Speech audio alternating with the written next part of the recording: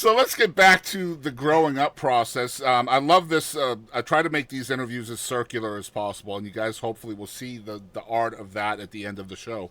But what are some lessons that you guys remember from your mom and dad that you still kind of apply to everyday life today? Well, um, I do remember my dad saying to me, and I've remembered this my whole life, is you always need to try to walk a mile in someone else's shoes, or at least think about it, what it would be like to do that. Mm-hmm. Yeah. And that stuck with me my whole life. And what's difficult now is because we are so far apart politically, it feels like that advice came from a different person Mm-hmm. um, back then when I was a kid. And another thing that I'll always remember was when I was just a little girl and I was daddy's little girl, was I could be anything I wanted to be. And whatever it is, just be the best at it, is what he used to say. And, that to me also was really important as I grew up and decided, hey, I'm going to leave this small town and go be a lawyer in a mid-sized city. Like, Yeah. so yeah, that's mine. What's yours? I don't have any. You I got can't think of. nothing. Your parents gave you no wisdom at all. Not that I So listened to. I don't I, think. I find that even when you are growing up and your parents don't necessarily impart any wisdom with you, sometimes their lack of imparting wisdom is a lesson in itself. So, Well, I will Mm. say that I gave up my legal career in Texas because I took the Texas bar. I went to Texas, and I separated from my first wife, and I reconnected with my friend Jody, and she had actually just separated from her husband, and so we kind of talked about that, and we bonded, and I gave up my legal, and like I said, I haven't been drinking now for a really long time, so it seemed like I finally got my life on track. I passed the bar. I had this legal career, and then I connect with Jody, and I'm quitting my job and I'm moving to North Carolina, packing the dog in the truck. And my mom was like, you know, shocked and terrified. And it was my dad who did say to her, Kathy, there will always be another job, but there won't be another Jody.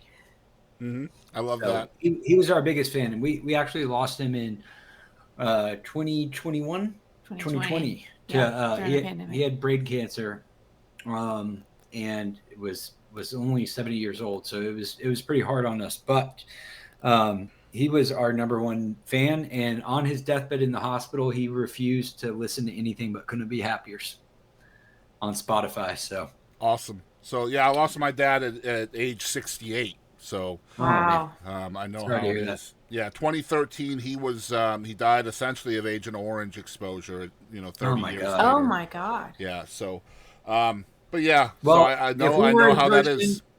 I would fist bump you and say "Dead Dad Club" Yeah, because that's absolutely. And we have something in common, Jordan, too, because I left Massachusetts because of a woman. Um, and so my wife at the time, we were together a long time. Every other year, we lived in Massachusetts, but every other year we would come to Texas to visit her family. And in 2001, we came in May of 2001, and I'm sitting on the porch at her father and mom's place, and just out there by myself, kind of taking it in. And this was like my third or fourth time in Texas, and I was like, for the first time, I could really see myself here. yeah. And the what ended up doing it is the difference in the high cost of living in Massachusetts. My dad was, Lord, he was 56 at the time, and he was still working, 85 hours a week at 56 years old, disabled veteran and all of that. And I'm like, you're a disabled veteran. The government is literally paying you not to work, and you still have to work. Mhm. So ultimately, I was like, you know what? I could get my dad to Texas, and then he wouldn't have to work. His retirement and his disability would literally pay everything, and then he could just go find people to chat with all day, every day.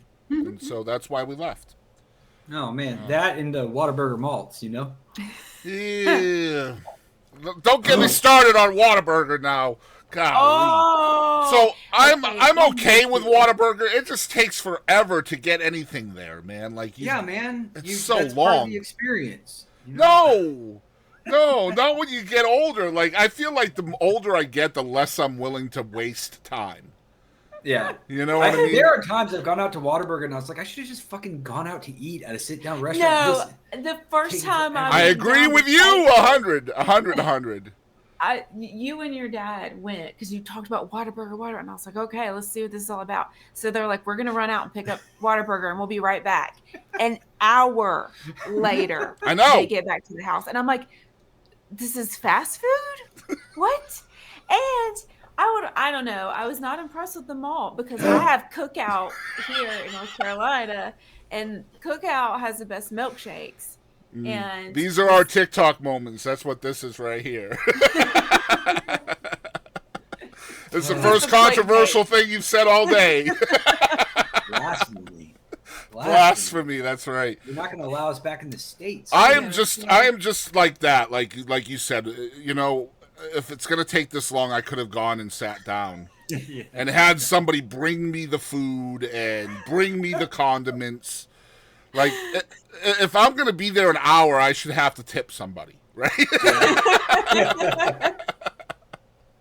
Oh, man, back to the music. So what's the music scene like in North Carolina? Because I know what it's a hotbed in DFW where Jordan is from. I imagine it's probably a little less severe over there, right? Yeah, we don't have like a lot of support from like state programs. Like Texas really is proud of its music, and well, thanks to Ann Richards, by the way. Right. All those programs were supported by Democratic Governor Ann Richards, who gave a shit. The last one, by the way, the last one. yes. Yep. Mm-hmm. But you know what? It endured, and that's something she gave to the state and its musicians that endures to this day, and it's amazing. And there's a whole genre of Texas country because of it. But I will say, North Carolina is trying to do a little more of that. We do have a Democratic governor, and who has been supportive of the arts as well. And so hopefully we're going to get a little more support for the arts. We just don't have as many venues. Right. I was going to say, what's the live scene like? And it's, it's tougher because when I was in college, we'd go out and see bands and stuff, even bands we didn't know. Now it's just a little different. I think folks are, maybe even since the pandemic, people are kind of like, I'll just stay home in my pajamas. I just don't know if I want to go out. So does that make the advantageousness of like social media, TikTok, short form content much more important to a band like y'all? This is our new era, and I'm committing fully. I mean, we love our radio promo and publicists, but I think so much of the future is in social media. And so we just recently actually added a social media manager to our team in order, because I just think that's where the future is. And I don't think we're an anomaly. I just think entertainment is changing, and that's okay. Yeah, you just find new ways to do. I mean, it's a challenge, but I think it also gives you an opportunity to get your music out to people who otherwise may never come to see you live, right? And maybe they'll hear you online and decide, hey, I like them enough to come out next time they're in my town.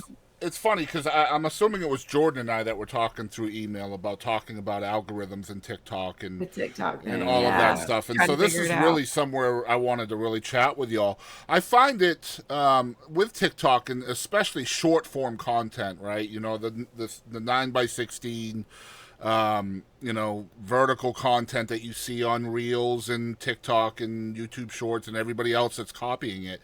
I feel like a lot of times when I find an artist through that medium, they're from an area that doesn't have a burgeoning live scene. Interesting. And so, like, I don't find a whole lot of bands from Chicago, for example, or New Orleans that are making it on short form content. It's always Decatur, Illinois, or the sticks of Iowa or something, like just like these just weird areas, like Winston-Salem. Like, if you say, where are you going to find an awesome indie folk band? I'm not going to say Winston-Salem. Yeah. Right? I might You say are now. well, yeah, absolutely, I will now. But the point is like I found y'all through TikTok, right? And then the location didn't dawn on me until being inquisitive and wanting to know. Mm-hmm. You know what I mean? Whereas I Yeah, could see you guys really be awesome in like Kerrville, right? Like if you guys were from Kerrville, it would not have shocked me. You know? Yeah. Well, tell those songwriter voters to pick us for once one of these years. I think that's a good point that I hadn't thought about. Like if we were spilling over with places to play, you're right. We'd We probably wouldn't have time. we'd be Right. focusing more on gigging out. And Yeah. it's a great point. I will say that. So what are the pros and cons of that? Well, totally. And the community here is really tight. Like, I mean, look, dude, you go to Austin and you'll see the best guitar player of your life, and you can pick up a rock and hit somebody who plays better than him. Yep. And it's not always as communal as you'd like, especially in the heart of it. And here we're all just, trying to figure it out and it's way more supportive because there's just fewer, we see each other more. We see each other. We come out to each other's shows. Right. Yeah, It's a lot like that. We play together. It's like that in East Texas too, right? Like it's Yeah. very much there's a lot of solidarity here in East Texas, but like it's also like an island here. Like it's impossible for these artists to be seen anywhere else but East Texas. Like it's really hard, and I think a big part of that, at least here, I don't know what it's like there, but at least here, a lot of the venues here just want cover music. And so originality is hard for artists to find in this island of East Texas. And in order to make it beyond the island, you have to be original, right? So Yeah, I know. Isn't it just crazy, frustrating? yeah, But it that's is. another reason too. We could fill our book with breweries. Oh yeah, we know, could play cover. We could be completely busy if we did cover gigs. only. Only, but that's just not what we want to do. And we did that for a few years when we were getting our chops up and getting Yeah. tight as together. But then it was just an investment in time. It's like, you know what? I'd rather be writing and improving and doing other stuff. And then if we got to just post that as a 60-second clip and that gets more eyeballs, then let's do that. Right. So, and look, I think some of the old guard would roll their eyes at that take. Things are always changing. Nothing's permanent, and this is the new world we're in. Yeah, and you have to go with the flow, or you're just going to be stuck in a drift, And I mean, insert analogy here, but yeah, I feel like those gigging opportunities can really stifle your craft, your artistry.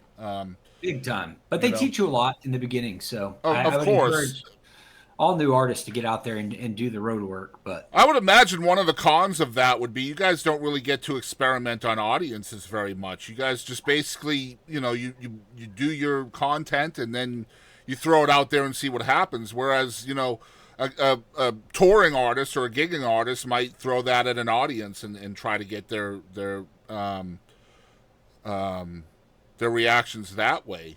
Do you find that to be a thing? Like just trying to trial by error through social media can be a little bit different? we're still playing at least 75 times a year. Live. Okay. Yeah, we do still play a lot live, but to your point, I think for me, We're of different minds on this kind of too, by the Yeah, way, which you'll yeah. see. I find it really hard to perform to a screen. Yeah. And I feel the same way about going into the studio. I never feel like I get my best vocals in a studio.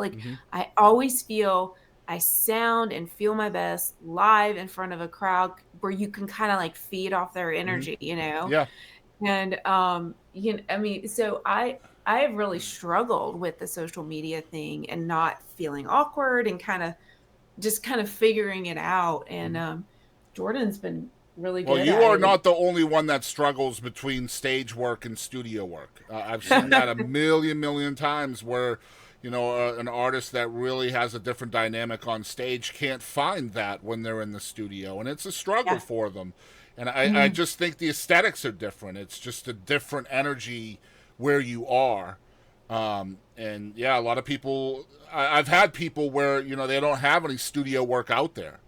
And the honest assumption is, well, they must not have the money to produce a record, but it's not always that. Sometimes they just can't get the vibe down, Yeah. So I get it. Yeah, hence why Willis Allen Ramsey only recorded one album. Exactly. And there's a lot of people like that. A lot of them. And to be fair, I mean, we don't want to be internet stars. We Right. do want to do this to build at least a regional audience. And part of it too is, and I know we said we weren't going to talk about this, but we still have our day jobs, Mhm.